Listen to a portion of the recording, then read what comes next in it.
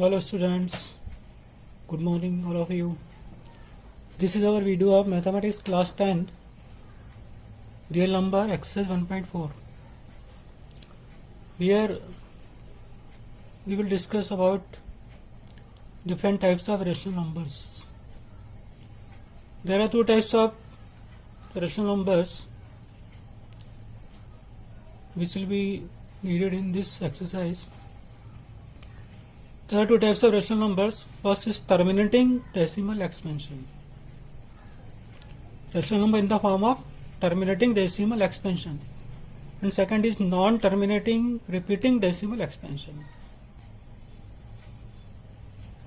So rational numbers are of two types: terminating decimal expansion, non-terminating repeating decimal expansion.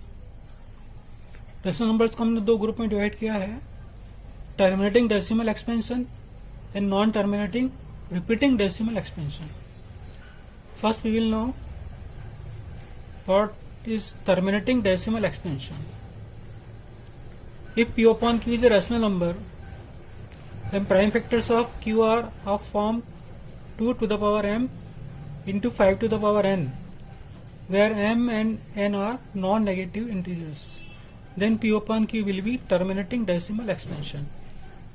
If p upon q is a rational number, अगर p upon q rational number है और prime factors of q इस form के 2 to the power m into 5 to the power n के form के हैं, जहाँ m और n negative integers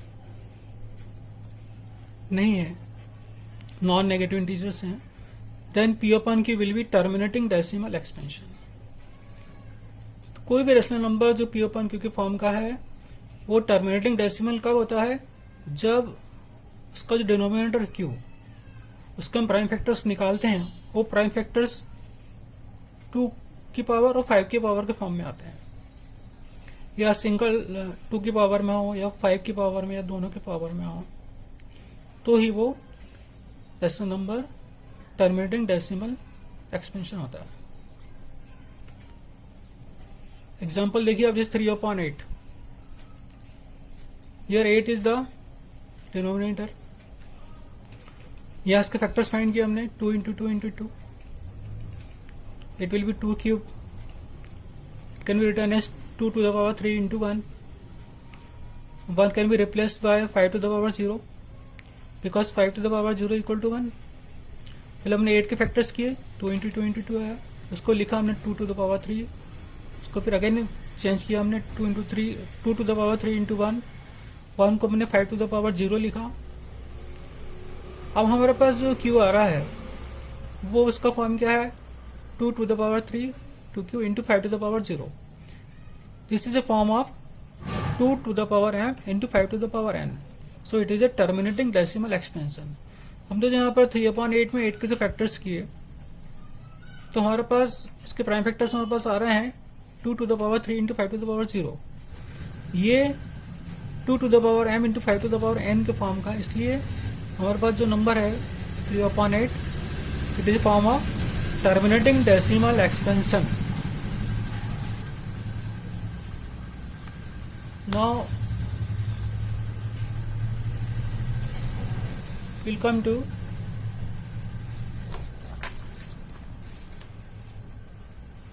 non-terminating repeating decimal expansion. non-terminating repeating decimal expansion, इसको हम recurring decimal expansion भी कहते हैं. if p upon q is a rational number, अगर p upon q rational number है and prime factors of q are not in the form of 2 to the power m into 5 to the power n.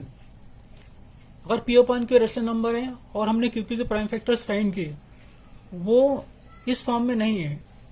किस form में नहीं है? 2 to the power m into 5 to the power n के form में नहीं है. Then p upon q will be non-terminating repeating decimal expansion. For example देखिए आप, 29/343, ये हमने 343 के फैक्टर्स फाइंड किए, prime factor 7 into 7 into 7, that is 7 cube. यहाँ पर जो हमारे पास q के जो प्राइम फैक्टर्स आए वो 7 into 7 into 7 है, और ये इस फॉर्म के नहीं है. So it is a non terminating repeating decimal expansion. Q की जो प्राइम फैक्टर्स हैं उसमें 2 और 5 नहीं है, so it is a non terminating repeating decimal expansion. तो उनको this clear that terminating decimal expansion में हम क्यू के फैक्टर्स निकालते, प्राइम फैक्टर्स, अगर वो 2 to the power m into 5 to the power n के फॉर्म में आते हैं तो वो टर्मिनेटिंग होता है। अगर हमने क्यू के फैक्टर्स फाइंड करे वो इस फॉर्म में नहीं आ रहे हैं, 2 to the power m into 5 to the power n के फॉर्म में, या उसमें कोई अलग से कोई प्राइम नंबर आ गया, जैसे इसमें 7 आ गया, then it will be non-terminating repeating decimal expansion. Now we come to exercise 1.4. इसमें हमको क्वेश्चन नंबर 1 दिया है, इसको थोड़ा शॉर्ट में लिखा है मैंने। State whether the following rational numbers have terminating और non terminating repeating decimal expansion. हमको बताना है कि जो आपका रैशनल नंबर दिया है वो टर्मिनेटिंग है या नॉन टर्मिनेटिंग रिपीटिंग डेसिमल है। फर्स्ट क्वेश्चन देखिए आप, फर्स्ट पार्ट 13/3/125। हमारे पास जो क्यू है डिनोमिनेटर इस 3/125, इसको हमने फैक्टर्स किए तो we will get 5 times 5, that is 5 to the power 5। इसको हम लिख सकते हैं 2 to the power 0 into 5 to the power 5। This is a form of 2 to the power m into 5 to the power n। ये इस form का है, जो हमने क्योंकि फैक्टर्स प्राइम फैक्टर्स निकाले वो इस फॉर्म के आ रहे हैं, 2 to the power m into 5 to the power n। So it is a terminating decimal expansion. So the rational number will be of having terminating decimal expansion। इसका जो decimal expansion होगा वो terminating होगा। Now third part of question 1, 64/455। Here Q is equal to 455। When we find the prime factors of it, we get 5 into 7 into 13। यहाँ पर 455 के factors हमारे पास prime factors 5 into 7 into 13 आ रहे हैं, जो कि इस फॉर्म के नहीं है, 2 to the power m into 5 to the power n। So it will have non-terminating repeating decimal expansion। ये हमने 455 के फैक्टर्स फाइंड किए, उसमें हमारे पास 5 के अलावा 2 प्राइम नंबर्स और आ रहे हैं, 5 के अलावा जो 2 प्राइम नंबर और आ रहे हैं, इसलिए इस फॉर्म का नहीं है, it is not of this form 2 to the power m into 5 to the power n। So we can say that 64/255 will have non-terminating repeating decimal expansion। Part 7 देखिए आप, 129/2 square into 5 to the power 7 into 7 to the power 5। यहाँ पर ये जो Q के हमारे पास prime factors हैं, इसमें भी 2 और 5 के अलावा 7 आ गया। So it is not a form of 2 to the power 5 in 2 to the power m into 5 to the power n। So it will also have non-terminating repeating decimal expansion।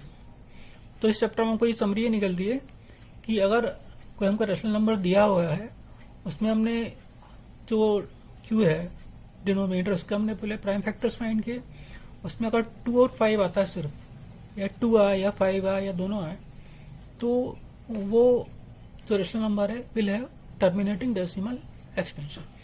अगर उसमें 2, 5 के अलावा कोई नया प्राइम नंबर आता है, जैसे 3 आ गया, 7 आ गया, तो वो non terminating repeating decimal expansion होगा।